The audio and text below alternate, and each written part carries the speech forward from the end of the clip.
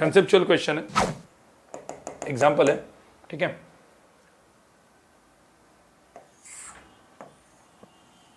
एक आइस है बड़ा सा,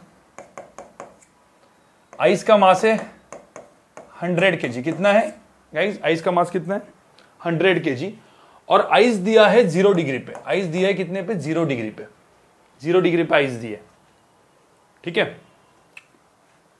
अब मुझे बताओ, यहां पे मैंने वाटर पोर किया, इसके अंदर वाटर डाला, एकदम सिंपल वाला क्वेश्चन, सिंपल नहीं, थोड़ा सा दिमाग लगाना, थोड़ा सा दिमाग, ज्यादा नहीं। एक वाटर पुट किया मैंने 10 kg का। कितने का? 10 kg का वाटर पुट किया। 10 kg का वाटर पुट किया। स्पेसिफिक हीट ऑफ वाटर अपने को दिया है 4000। अब एक्चुअल वैल्यू लेता हूं मैं, जूल पर केजी पर केल्विन। और इनिशियल टेम्परेचर जब मैंने वाटर पुट किया तो इनिशियल इसका टेम्परेचर था 30 डिग्री। कितना था? 30 डिग्री सेल्सियस। और मैं यहां पे लिखता हूं लेटेंट हीट ऑफ फ्यूजन दिया हुआ है आइस का 330। अब मुझे गाइस, अभी मुझे कैसे याद है आप छोड़ दो, क्योंकि बहुत टाइम से पढ़ा रहा हो तो याद है, ठीक है। ये आपको याद रखने की जरूरत नहीं है, जूल पर केजी ये दिया हुआ है, ठीक है। Latent heat of fusion of ice दिया है, आइस दिया है। तो अब मुझे एक बात बताओ, यहां पे गाइस, यहां पे मुझे बात बताओ, क्या होगा फाइनल कंपोजिशन? क्या होगा, क्या बनेगा? आइस कितने पे दिया है? आइस कितने पे दिया है इस क्वेश्चन में? आइस का टेम्परेचर कितना है गाइस? आइस का टेम्परेचर कितना है? 0 डिग्री। और वाटर का इनिशियल टेम्परेचर कितना है? दिस इज आइस का initial temperature, this is ice का initial temperature, initial temperature of ice, initial temperature of ice, this is initial temperature of water. क्या होगा? What is final composition? किसी ने बोला व्हाट इज फाइनल कंपोजिशन, मतलब finally क्या बचा रहेगा, क्या बचना चाहिए, क्या होगा? कभी कभी इस क्वेश्चंस में करने होते बैक कैलकुलेशन। बैक कैलकुलेशन मतलब क्या? Rough calculation.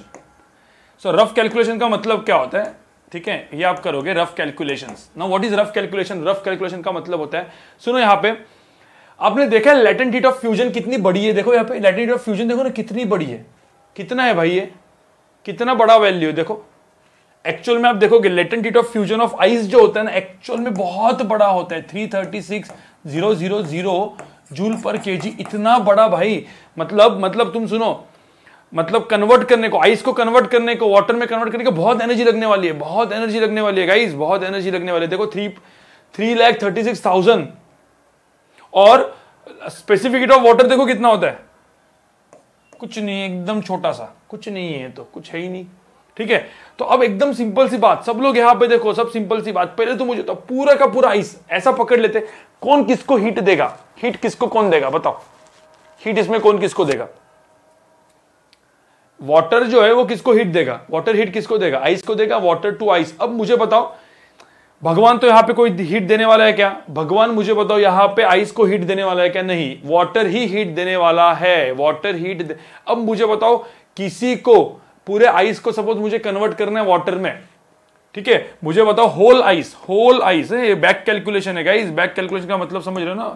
Back rough calculation, whole ice को कन्वर्ट करना है वाटर में, कितना एनर्जी लगेगा? m into L.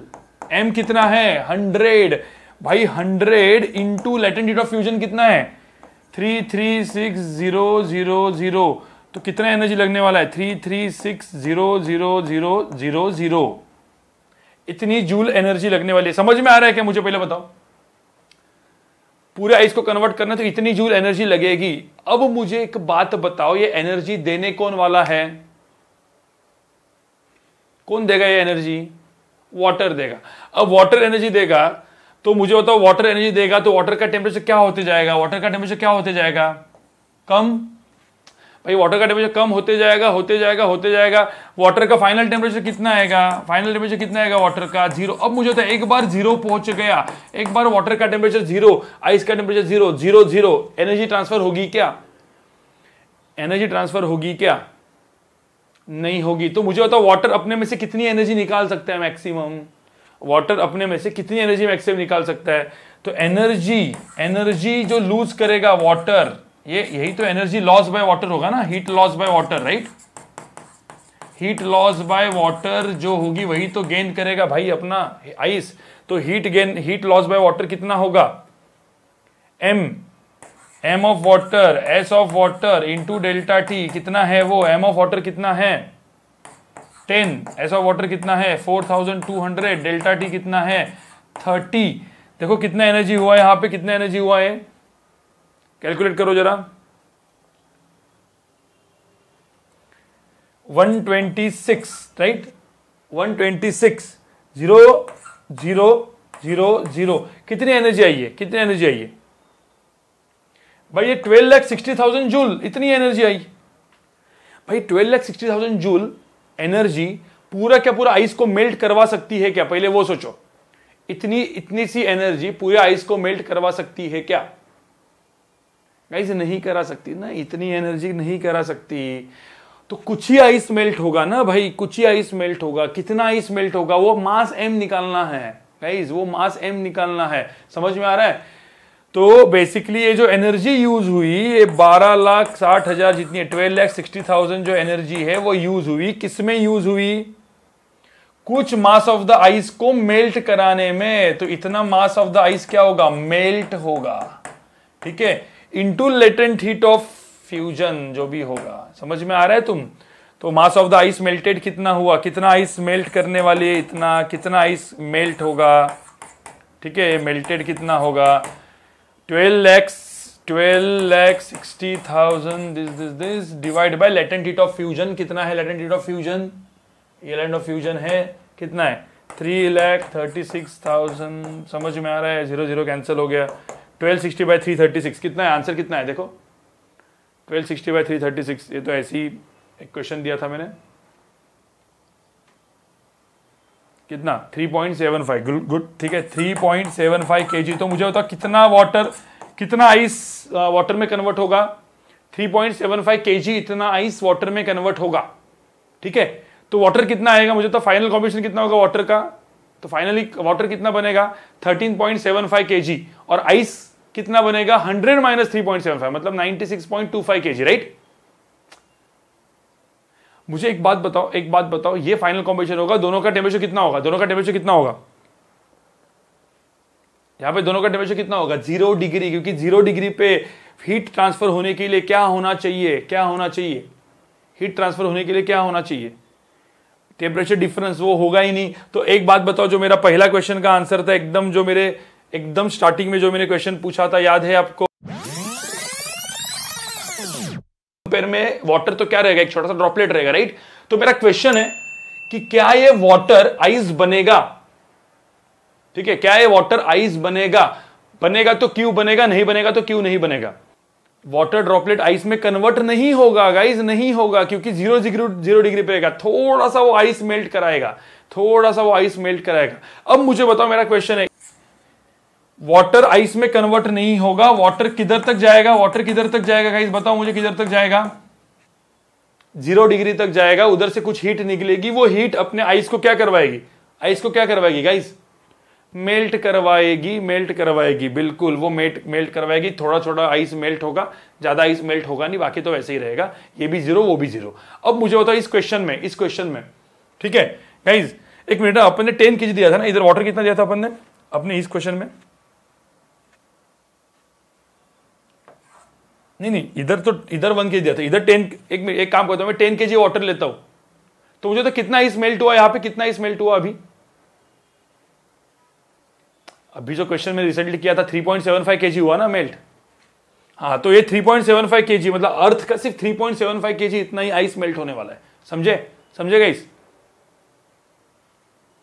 इस क्वेश्चन में। अब मुझे बता, इस क्वेश्चन में मुझे इस वाटर ड्रॉपलेट को आइस बनाना है तो क्या करना पड़ेगा, इस वाटर ड्रॉपलेट को मुझे आइस बनाना है तो क्या करना पड़ेगा,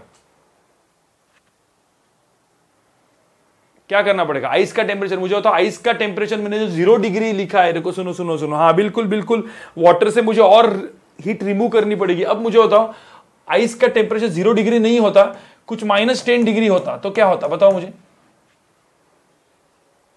तो क्या होता, वाटर अभी 0 डिग्री पहुंचने के बाद भी क्या होता, चेंज इन हाँ और माइनस जाता, तो अभी वो कन्वर्ट हो सकता है, राइट। तो देखो ना, अच्छे ट्रिकी क्वेश्चन बन गए ना इसमें।